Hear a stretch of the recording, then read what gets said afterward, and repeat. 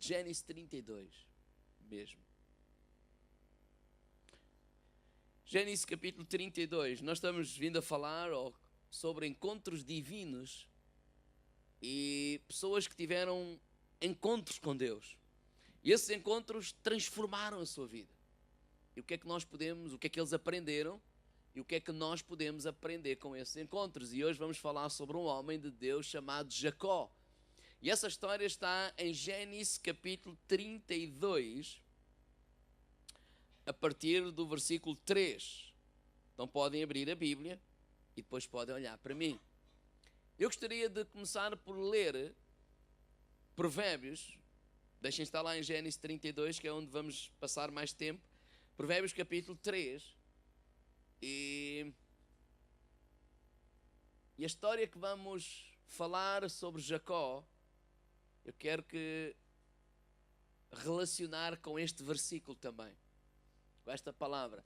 Provérbios 3:5 diz assim: confia no Senhor de todo o teu coração e não te estribes no teu próprio entendimento. Eu vou ler de novo. Confia no Senhor de todo o teu coração, não te estribes, não te deixes enganar o teu próprio entendimento. Reconhece-o em todos os teus caminhos. Quer dizer que às vezes há coisas que não acontecem que nós podemos não reconhecer que é Deus e pensar que é outras coisas. Reconhece-o em todos os teus caminhos e Ele endireitará as tuas veredas. Eu creio que esta história de Jacó, para mim, tem tudo a ver com estes dois versículos. Nós somos encorajados a confiar em Deus, a crer em Deus, a esperar em Deus, a confiar. Mas não é confiar de qualquer maneira, é confiar de todo o nosso coração. Ou seja, com tudo o que há em nós, confiarmos em Deus. Agora, eu creio, não sei se alguma vez aconteceu com os irmãos, na minha vida já aconteceu algumas vezes, ou eu confesso-vos, mais vezes do que eu gostaria, em que, por vezes, nós deixamos-nos enganar por aquilo que nós vemos, deixamos-nos enganar pelos nossos sentimentos, que são legítimos e verdadeiros, deixamos-nos levar pelas circunstâncias negativas, pelas pressões da vida, ou circunstâncias ou adversidades da vida, e por vezes, sem nos apercebermos, deixamos de confiar em Deus desta forma de todo o nosso coração. Eu não sei se isso já aconteceu alguma vez convosco, ou se apenas já aconteceu comigo.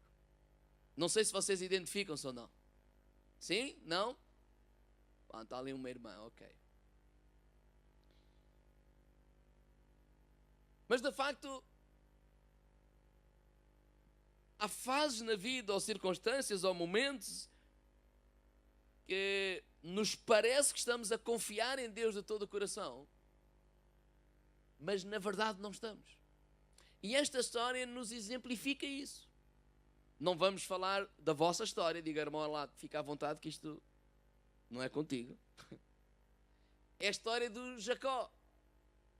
Apenas vamos olhar para o Jacó e pensar assim: deixa cá ver se às vezes isto pode acontecer comigo também, ou se eu me identifico com o Jacó. Porque Jacó, a história dele começa em Gênesis 25, quando ele nasceu. Eu vou tentar ser rápido até chegarmos ao Gênesis 32. Vamos ler do capítulo 25 ao 31. Pode ser? Não, mas vocês têm que ler em casa. Ele nasce, é primogênito, não, é gêmeo com outro irmão, claro, né? Esaú. O seu pai é Isaac, a sua mãe é Rebeca. E o primogênito, isto é importante, não é ele, é o irmão Esaú. Por que é que eu estou a dizer que isso é importante? Porque o primogênito tinha várias responsabilidades, não era só o recebia mais a herança, parte maior é para o mais velho, a menor é para o mais novo. Mas não era o mais importante por causa disso. É que o mais velho, ele, quando da morte do pai, ele ficava como o patriarca. Aquele que tinha a responsabilidade de gerir a família ou dirigir a família. Mas é mais do que mandar. Ele tinha a responsabilidade de ouvir de Deus, perceber qual é o plano de Deus, a direção de Deus para ele e para a família e encaminhar a família dentro dessa vontade de Deus. O Jacó não era o primogênito, mas tinha esse desejo. Eu quero ser o tal. Mas não era. Isto para dizer que um dia, lá já jovem, já grande, já adulto, o irmão chega à casa e ele está a fazer um guisado de lentilhas e o irmão chega todo esfomeado, pede-lhe um bocadinho de comer e ele diz, não, quem quiser faça o seu. Isto aqui é tudo assim. Isto é para mim. A não ser, e faz assim um negócio com o irmão. Tu me vendas o direito à primogenitura. E o irmão disse assim, porque quer ser o primogênito se for morrer à fome? Também é maluco, não é? Às vezes a gente tem essas decisões assim, não é? Olhamos só para o momento e está bem, pronto, eu vendo. E comeu o guisado. Mas isto para dizer que mais tarde o pai de facto fica mais velho e chegou o momento, a hora do pai passar esta bênção. É porque só podia ser feito uma vez e uma vez feito já não podia ser revogado. E era feito, claro, oralmente. Ele orava e passava essa responsabilidade para o filho. O Isaac já estava velhote, via mal, diz a Bíblia, e diz que ele chamou o filho mais velho, o Esaú, não sabia lá destas negociatas lá entre os irmãos, e disse, olha, chegou a hora, filho, pai quer orar por ti, então aquilo é tipo uma cerimónia para ser preparado. Então o filho era caçador, foi à caça para fazer um guisado para o pai, que era assim uma cerimónia com comes e bebes, como deve ser. E depois então ele ia orar e passar essa responsabilidade e essa bênção de Deus sobre a vida dele. Diz a Bíblia que a Rebeca, a mãe, era mais inclinada para o mais novo. E o pai era inclinado para o mais velho. E assim estas preferências. A mãe ouviu aquilo, não sei se sabia das negociatas lá deles, negociatas no sentido dessas coisas que eles tinham feito quando eram jovens, e chamou o Jacó e disse, olha que o teu pai chamou o teu irmão para o abençoar. E entre a mãe e o filho mais novo, o que é que eles fizeram? Apanharam o filho mais velho fora de casa, no campo, para ir apanhar, a caçar, para fazer o tal guisado para o pai, preparar toda aquela cerimónia, e fizeram um plano para enganar o Isaac. E há aí uns pormenores que não vou perder tempo, não é? Porque o Esaú era muito cabeludo, o Jacó era menos cabeludo, e então lá a mãe tentou pôr uns cabelos postiços ao filho mais novo. Lá arranjaram maneira de enganar o pai pensar que estava a abençoar o Esaú e abençoou o Jacó. Isso aconteceu mesmo. Quando o Esaú chega à casa, prepara tudo, e chega ao pé do pai, tal, pai, vamos lá e tal, e o pai, então, mas eu já fiz. Tu não és o Esaú. Não. Quem é que eu abençoei há pouco? Ele dizia, eu não sei, mas eu não fui. Isto para perceber que ele percebeu e viu que tinha sido enganado. Esaú ficou tão zangado, tão furioso, porque apesar de ter vendido quando era mais jovem, ele sabia a responsabilidade e a bênção que era isto que aconteceu. Que ele tomou uma decisão no dia, e ameaçou o irmão, no dia em que o pai morrer, eu vou-te matar. E o homem levava a coisa a sério. Tão a sério, tão a sério. E o Jacó, aconselhado pela mãe, a mãe, quando no dia em que o pai morreu, a mãe disse, olha, é melhor tu te pirares, porque a coisa não te vai correr bem. E ele foge.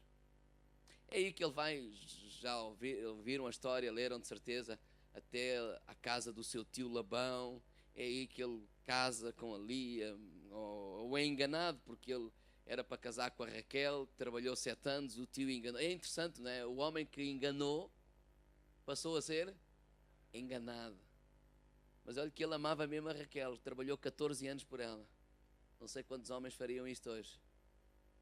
Aqueles que estavam apaixonados fariam, claro. Mas passando à frente, o que é interessante é que ele cresce, ele constitui família, na casa lá do tio Labão, ele é abençoado e ele torna-se um homem muito rico, muito próspero também. Mas há aqui uma coisa que Deus entra na vida dele, entra neste sem sentido. Deus fala a vida dele, só que o que Deus lhe diz vai destabilizar completamente a vida dele. Gênesis 31, versículo 3. Disse o Senhor a Jacó. Disse já se passou 20 anos. Volta para a terra dos teus pais e para a tua parentela e eu serei contigo. Porque é que isto destabiliza a vida toda deste homem? Porque aquilo que Deus lhe está a dizer para fazer é voltar a enfrentar um problema que ele tinha fugido dele. Certo? Ele saiu da terra dos seus pais, ele saiu da sua parentela, porque com medo do irmão, porque o irmão prometeu vingar-se. E a vida continua, o irmão continua e ele continua, só que um está lá, o outro está cá, até aí está tudo bem. Mas quando Deus decide falar com Jacó e diz, volta para lá, é como que eu digo, mas volta como? E o meu irmão? E como é que vai ser? Como é que eu vou ser recebido? Será que ele ainda continua a vingar, a querer se vingar? Ou o tempo, como alguns dizem, que o tempo cura tudo, pode ser que isto já tenha passado? E então começa a história, Gênesis 32, 3. Vamos lá, começar a ler. O que é que ele começou por pensar a fazer? Bem, eu vou enviar lá alguém a ver como é que estão, desculpa a expressão, como é que param as modas, não é? Se o meu irmão ainda é vivo, o que é que lhe aconteceu nestes 20 anos, como é que ele está, como é que não está. Desculpem o que eu vou dizer, a palpar o terreno. Versículo 3. Enviou Jacó mensageiros diante da sua face a Esaú, seu irmão, à terra de Seir, território de Edom, e ordenou-lhes dizendo, assim direis ao meu senhor Esaú. Ou seja, é logo direto ao assunto, foram ter com o irmão e diz, olha, o teu servo, diz Jacó, teu servo, como peregrino morei com Labão, me detive lá até agora, tenho ovelhas, jumentos, servos e servas, e enviei para anunciar ao meu senhor, para que me ache graça aos teus olhos. Que ele está a dizer assim, olha, a vida até me correu bem, tenho família, tenho posse, e agora, olha, quero voltar. E os homens trouxeram a resposta, versículo 6. Os mensageiros voltaram a Jacó, dizendo, fomos a teu irmão. Diz o outro, olha, ele está bem de saúde. E também, olha, ele até gostava mesmo de te encontrar. Diz assim, também vem para te encontrar. E com ele vem 400 homens. Eu só queria falar com o meu irmão, os outros não é preciso, não são família. E versículo 7 diz que então Jacó temeu muito e angustiou-se, pudera. Mas ele não só temeu, não só ficou angustiado, mas lembra-se que ele era assim como é que se diz assim aquele português que é tipo, Paulo? É tipo aqueles chicos espertos. Que é a mania que engana tudo e todos. Porque além de temer e de angustiar-se, diz que repartiu o povo com ele estava, e as ovelhas e as vacas e os camelos, e em 2 bandos. Porque dizia, bem, se o Esaú vieram e ferir um bando, o outro escapa. Jacó ficou com medo, isso é normal, natural. Jacó ficou apavorado porque ele percebeu que o irmão continuava com ira, o irmão continuava a querer se vingar, porque provavelmente ninguém vem se encontrar comigo com 400 homens, para que é lá os 400? Então medo é natural, quando as circunstâncias apertam, quando adversidades vêm à nossa vida, medo é natural, medo faz parte da nossa vida, não é pecado sentir medo. Não podemos é deixar que o medo nos paralise ou deixe de tomar decisões. Mas também o medo pode nos levar a nos precipitarmos e tomarmos decisões precipitadas.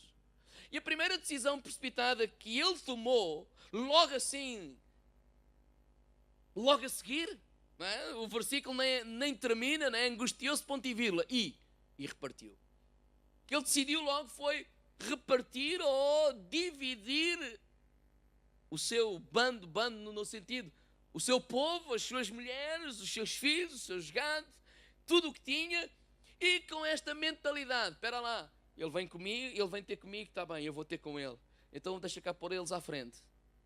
Não foi ele, eles. Provavelmente o que eles gostavam menos, não sei. Colocou uns à frente e outros atrás, porque ele dizia na sua cabeça, a maneira dele pensar é, ele vem, se ele começar a matar os da frente, o que é que eu vou fazer? Vou fazer o que fiz há 20 anos? Vou fugir. Ou seja, ele estava disposto a sacrificar parte da família para se safar.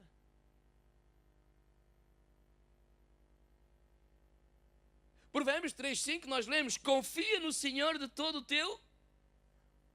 E a minha pergunta é, será que isto é confiar em Deus de todo o nosso coração? Será que nós nos identificamos com isso? Que quando confrontados com um problema, com uma adversidade, a primeira coisa que colocamos a funcionar é a nossa cabecinha, para termos um plano para nos safarmos desta. Ao fim e ao cabo já nos safámos de outra, por isso vamos safar também desta. A oração não se torna uma prioridade, a oração torna-se o último recurso. Vai lembrar alguém, oh pastor, olha, já fiz tudo, já não sei mais o que é que fazer, olha pastor, só orar. E agora? Agora faz o enterro. Às vezes dá vontade de dizer isso, porque quando eu dizer isto a brincar para nos alertar que fazemos às vezes da oração tipo o último recurso. Já fiz isto, já fiz aquilo, já decidi, já tomei, já falei, já fiz tudo. Nada funcionou, só orar. Se calhar é a melhor opção fazer o contrário. Primeiro lugar, diga ao irmão lá, orar. Orar não significa não fazermos nada. Orar não significa não tomarmos decisões. Orar não significa que nós, olha, seja o que Deus quiser e eu não vou fazer nada. Não. Orar significa colocar as coisas na sua prioridade. Senhor, eu preciso de perceber qual é a tua vontade.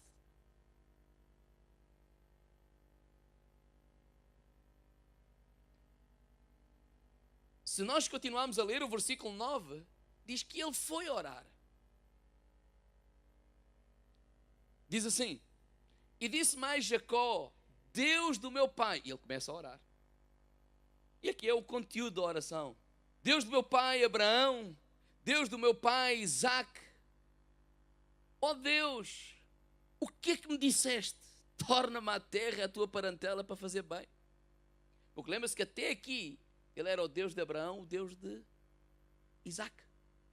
Só passou a ser o Deus de Jacó depois deste encontro divino que vamos ler mais à frente, deste homem com Deus. O que ele começa a dizer, Deus, olha o que tu foste fazer à minha vida. Foste tu que falaste para eu ir para lá, mas eu não sei se tu tinhas te esquecido ou se não sabes da situação toda, mas eu vou-te dizer, é que o meu irmão continua zangado comigo. Porque ele é mais ou menos isso que diz. E depois diz, eu sou menor que as tuas beneficências, que a tua fidelidade para que estiveste comigo. Ou seja, ele lembra-se, Senhor, olha, eu fui sem nada, fugi para a casa do meu tio e agora tenho toda esta riqueza, foste tu que me abençoaste. E é verdade. E depois ele faz o pedido então, versículo 11, livra-me, peço da mão do meu irmão, da mão de Esaú, porque o temo, que porventura não venha e me fira e a mãe com os meus filhos. Então ele faz um pedido simples, Senhor, liberta-me aí da ira, da vingança do meu irmão, porque eu tenho medo que ele me mate.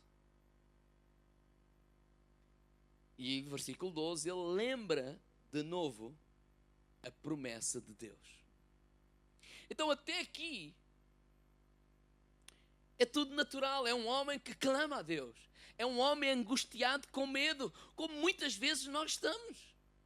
Quer dizer, não sei se nós estamos. Eu às vezes estou, vocês não sei. Com medos, com dúvidas, com olhar para o futuro, com incertezas, com uma série de coisas. Então clamamos a Deus, então pedimos ajuda a Deus, então pedimos misericórdia a Deus, então lembramos as promessas de Deus, porque em tempos Deus nos prometeu isto, aquilo e aquilo outro, mas parece que não faz sentido de acordo com o que estamos a viver, e lembramos essas promessas, e até aqui tudo bem. Eu não sei se vocês se identificam com o Jacó.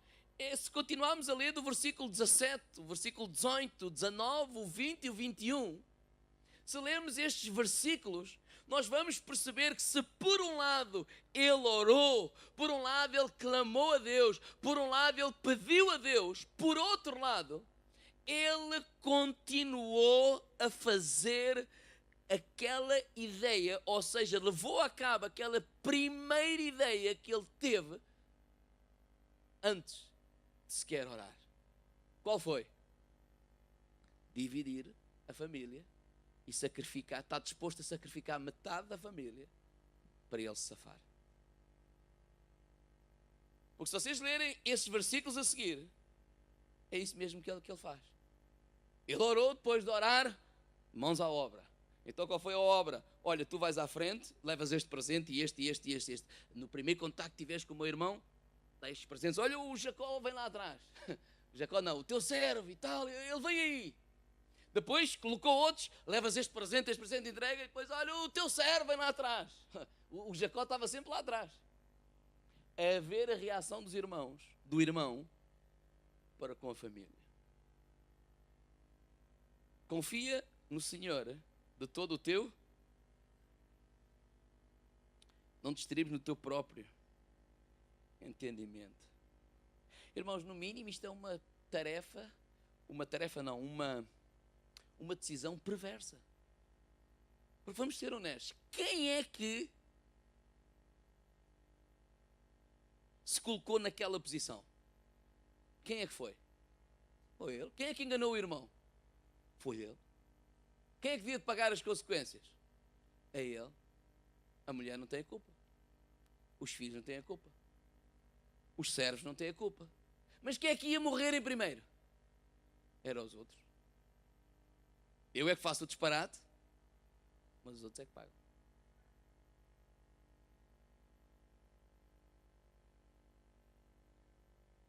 Quantas pessoas hoje, ou quantas pessoas não, quantas vezes às vezes nós oramos por um lado e naturalmente, não estou a falar destas maquinações perversas, mas de forma natural a nossa cabeça não para de dar voltas e voltas e voltas e voltas e voltas para tentarmos arranjar uma solução.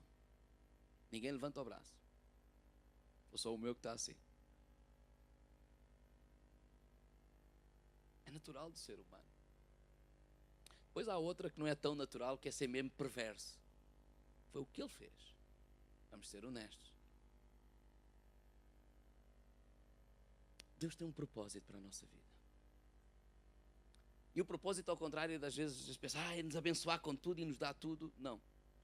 Deus quer nos abençoar, mas acima de tudo, Deus quer construir o caráter de Cristo em cada um de nós. E se for preciso nos colocar em algumas zonas de desconforto, digo ao lado, Deus não tem problema de o fazer. Porque Ele tem um bem maior, que nós possamos crescer até à estatura varonil de Jesus Cristo. Mais importante do que abençoar Jacó, Deus queria construir o caráter dele em Jacó. Mais importante do que restaurar este relacionamento com o irmão, que é importante, Deus queria que ele mudasse a sua atitude, porque ao fim e ao cabo, a vida dele tinha sido um pouco troca-tintas. Um pouco este chique espertismo de... Porque às vezes há gente que está a dizer Deus está-me a abençoar, e às vezes quando vamos a saber muito bem como é que é as coisas, é estas gincanas, estas coisas, e furou aqui, trolou ali, enganou acolá, não enganou, mas pronto, foi meio verdade, é mais ou menos, e fez assim uma série de coisas, lá vai andando. Mas eu disse, não, este rapazito vai ter mesmo que mudar. para que eu seja o Deus de Abraão, o Deus de Isaac e o Deus de Jacó. E este encontro que ele teve com Deus, que vem agora a seguir, a partir do versículo 22, é que naquela noite ele colocou todo o pessoal à frente, ele fica atrás, há um vale para passar o rio, Vale de Jaboque, passou-os todos, ele ficou do lado de cá e ficou tipo, não sei, a pensar na vida, a olhar, a refletir, fazer ginástica, porque ao fim e ao cabo ele precisava de pernas para fugir, não sei. Só que nessa noite Deus lhe apareceu, através de um anjo. E levantou-se, versículo 22, aquela mesma noite, tomou as suas 2 mulheres, as suas 2 servas, os seus 12 filhos, e passou o vale de Jaboque. E tomou-os e fez-los passar o ribeiro, e fez passar tudo o que tinha. Jacó, porém, ficou só. Mas diga ao irmão lá, mas lá atrás. E lutou com ele um varão até a alva que subia. E vendo que não prevalecia contra ele, o tocou na juntura da sua coxa, e o se deslocou a juntura da coxa de Jacó, lutando com ele, e disse: deixa-me ir, porque já a alva se subiu. Porém ele disse: não te deixarei ir, se não me abençoares. E disse-lhe: qual é o teu nome? E ele disse: Jacó. Então disse: não se chamará mais o teu nome Jacó, mas Israel, pois como príncipe lutaste com Deus e com os homens e prevaleceste. Jacó perguntou-lhe e disse: dá-me, peço-te a saber o teu nome. E ele disse: por que perguntas o meu nome? E diz ali que o abençoou ali. Sublinha estas palavras que já vamos ver mais à frente. E chamou Jacó o lugar, daquele lugar, Peniel, porque dizia: tenho visto a Deus face a face, e a minha alma, o que é que foi salva? A minha alma foi salva.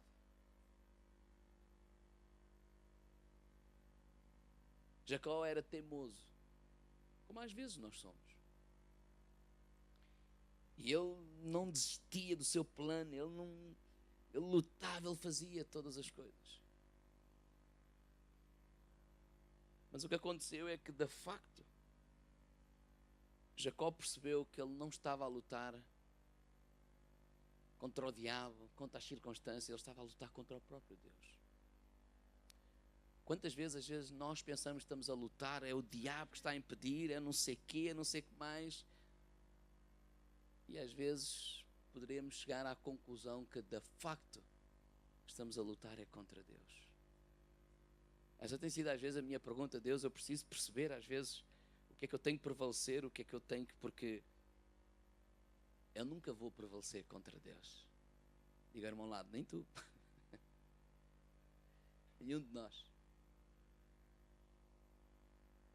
E às vezes estamos a lutar e a fazer coisas. E a todo o tempo Deus quer trabalhar na nossa vida. A conclusão que eu chego é que Deus não tem nenhum problema em restaurar relacionamentos. Vamos ver mais à frente. Paulo, podem vir, se faz favor. Deus não teve nenhum problema em restaurar o relacionamento dele com o irmão. O grande problema de Deus, e problema entre aspas, às vezes é trabalhar na nossa vida. Esse foi o grande problema. Porque nós somos como Jacó, lutamos e não aceitamos. E não é desta maneira, porque nós idealizamos um caminho. Eu não sei se já aconteceu quando se consigo, porque na nossa cabeça nós idealizamos que vai acontecer desta forma, da outra. Só que Isaías diz que os caminhos de Deus nem sempre são os nossos. Os caminhos de Deus são mais altos do que os nossos. E quando ele está a lutar com Deus e já está a seguir amanhã já está a amanhecer, Deus tocou-lhe na junta da coxa, ele ficou coxo. Aparentemente é só assim uma coisa normal, mas para ele não, era onde ele depositava a sua esperança. Porque uma pessoa que coloca os outros à frente, os outros à frente, os outros à frente e eu atrás, e eu estou cá de olho, o meu irmão começa a matar lá à frente, e o que é que eu vou fazer? Fugir. Só que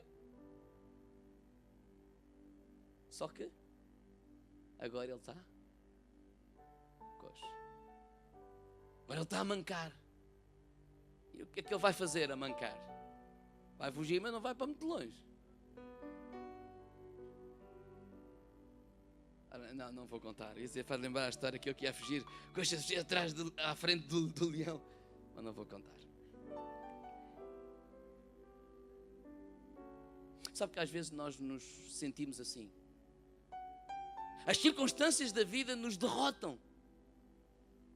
As circunstâncias da vida roubam-nos a última esperança. Porque a última esperança dele qual era? As pernas. O seu plano. E agora o seu plano, tudo o que ele imaginou, tudo o que ele maquinou, tudo o que ele idealizou, por causa daquela luta com aquele anjo, cai por terra. No fundo é a sua esperança cai por terra.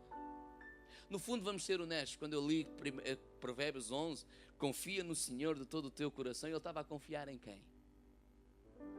Nele mesmo. E nas pernas dele. E na cabecinha dele. Eu não sei se às vezes já deste contigo assim. Por um lado, nós dizemos com sinceridade que estamos a confiar em Deus, mas se nós analisarmos bem, às vezes estamos a confiar na nossa cabeça, no nosso plano, naquilo que nós imaginamos e idealizamos. E quando aquilo que nós idealizamos, imaginamos, cai por terra, aquilo é como um murro no estômago. É um balde de água fria. A gente cai ao chão, a gente cai por terra, como quem diz, as nossas esperanças, as nossas expectativas, a nossa maneira de pensar, aquilo que nós idealizamos, aquilo que nós lutamos, aquilo que nós pensamos. Lutei tanto, pensei tanto, agi tanto, fiz tanto esforço por aquilo. Para quê? E até pensamos às vezes em abandonar. Pensamos, por acaso eu não penso. Estou a dizer por acaso porque é verdade. Mas muitas pessoas pensam em abandonar Deus e afinal Deus não existe, afinal Deus não me ama, afinal o Jacó podia dizer isso tudo, afinal não me amas, afinal não ouves a minha oração, mas afinal não era o diabo, nem era nada disso, era Deus mesmo que permitiu e que aquilo acontecesse, para chamar a atenção. Disse, olha, eu vou-te abençoar, mas não é dessa forma. Esse não é o caminho, essa não é a maneira de pensar, essa não é a maneira de agir, essa não é a integridade de um homem, de um filho de Deus. Deus estava a trabalhar na vida dele. Reconhece-o em todos os teus caminhos. Mas quem é que vai reconhecer Deus a trabalhar na nossa vida? Uma coisa destas a acontecer. Mas era Deus que estava a trabalhar na vida dele. Ele sentiu-se esmagado com aquilo que aconteceu. E às vezes nós nos sentimos esmagados com aquilo que acontece. Sentimos-nos impotentes. A gente, dentro de nós, dentro, de lá fora, é como se a gente fizesse assim, tapam. Epá, eu desisto. Epá, esta já chega. Estou farto disto. Pensamos que tudo acabou. Tudo destruiu-se, tudo caiu por terra. Mas isto não era o diabo, isto era Deus a se encontrar com ele. Diz que ele saiu dali. Sabes que a boa obra que Deus começou em nós, Ele a terminará. Certamente, cantamos hoje, que a sua graça, o seu amor e a sua bondade me seguirão. Pastor, o Jacó podia dizer isso. Oh Mário, isso é tudo muito bonito, estás a dizer, mas como é que a graça, como é que a bondade, como é que o amor e a bondade me seguirão se eu fiquei coxo? Se a minha última esperança foi embora? Calma, diga ao irmão lá, a tua vida ainda não acabou. Porque quando a gente desiste, quando Deus pode começar a trabalhar em nós e através de nós. Às vezes nós somos teimosos. Às vezes só. De nós não, eu.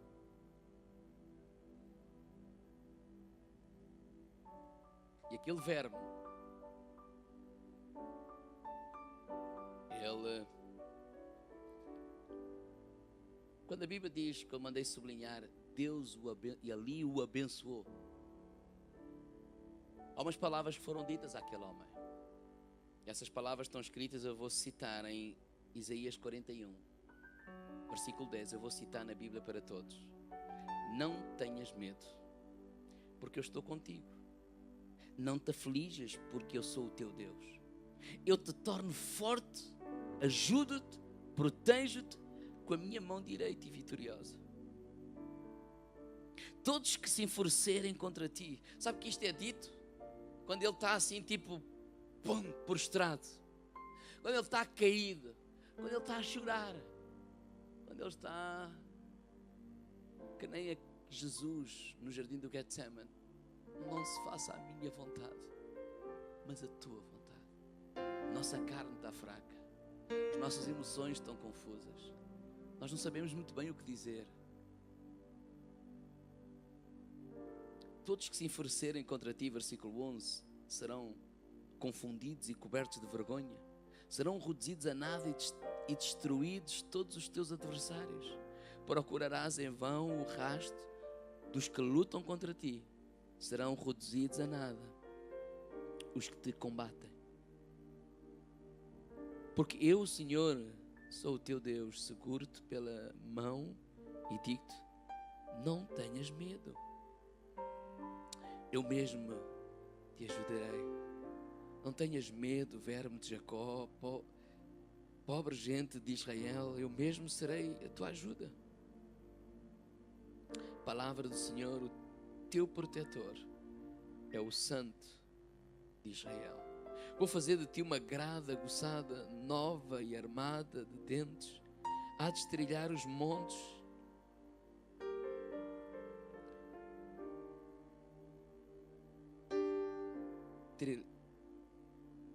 Há de fazer com que as colinas sejam como palha. Tu os joerás, o vento há de levá-los e o vendaval os espalhará.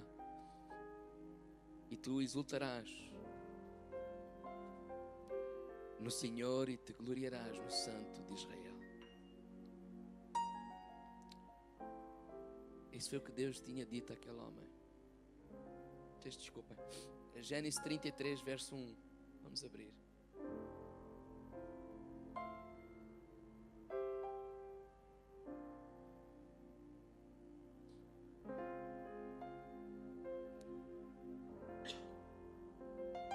Depois do que tinha acontecido, versículo 1, ele diz assim: levantou-se Jacó dos seus olhos, e eis que vinha Esaú e 400 homens com ele.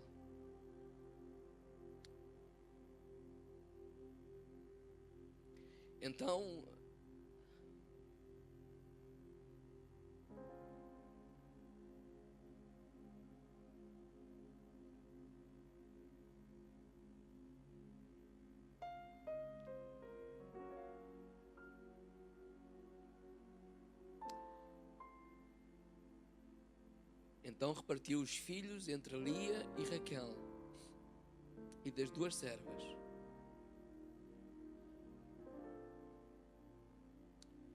E pôs as servas e os seus filhos na frente, Lia e os seus filhos atrás, porém Raquel e os seus e José os derradeiros. E agora olha o versículo 3, diz assim: ele mesmo passou adiante deles, inclinou-se à terra 7 vezes, até que chegou o seu irmão. Então Esaú correu-lhe ao encontro, abraçou-o, lançou-lhe sobre o seu pescoço, beijou-o e choraram.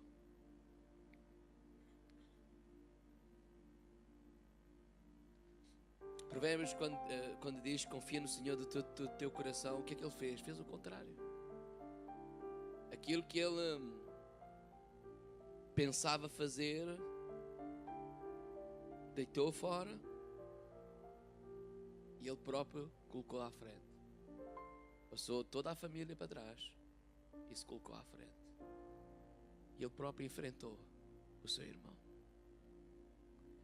Na carne ele estava fraco. Na carne ele sentia-se um verme, impotente. Na minha força não tenho. Mas aquele homem, de certeza que não vinha com 400 homens para o abraçar e para o beijar. Concordam comigo ou não? Não precisamos de 400 homens para beijar alguém. Mas o que é certo é que naquela hora alguma coisa tocou no coração daquele homem. E o que José não conseguiu mudar em 20 anos, Deus conseguiu mudar em segundos. O que José não, o que Jacó. O problema não é Deus mudar os outros. O problema não é montanhas Deus remover. O problema às vezes é Deus trabalhar conosco. Vamos ficar de pé?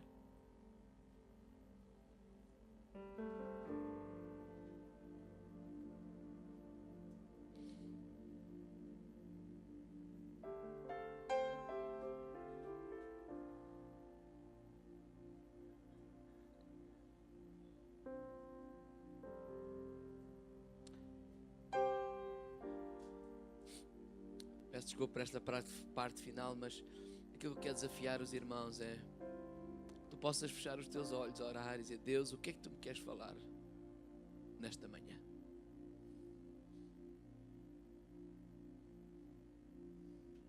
O que é que tu me queres falar?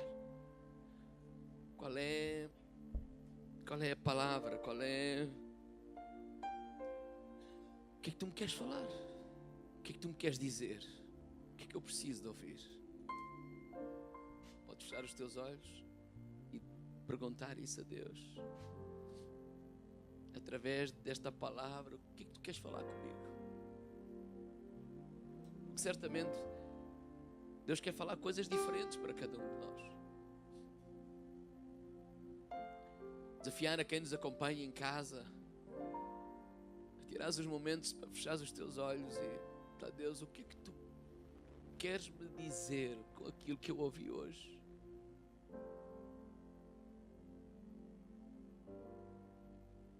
Porque eu creio que os irmãos são como eu. Nós não queremos ser como Jacó, nesta parte, no sentido de fazer a nossa vontade. Que possamos ter este tempo como Jesus. Senhor, não se faça a minha vontade, mas a tua vontade. Às vezes choramos, porquê? Porque às vezes fazer a vontade de Deus significa destruir alguns sonhos nossos. Às vezes fazer a vontade de Deus, ela nem sempre coincide com a nossa. Não quer dizer que a nossa seja boa e a de Deus seja má, pelo contrário. Mas às vezes nos parece assim. Então nessa hora, não há amigos, não há pastor, não há ninguém. Somos nós e Deus. Quando nós dizemos no nosso interior: seja feita a tua vontade. Este encontro transformou por completo a vida de Jacó. Ele se tornou outro homem. E que Deus possa nos tornar outro homem, outra mulher, de ser humano, mais parecido com Ele. Amém? Então faz a tua oração agora mesmo.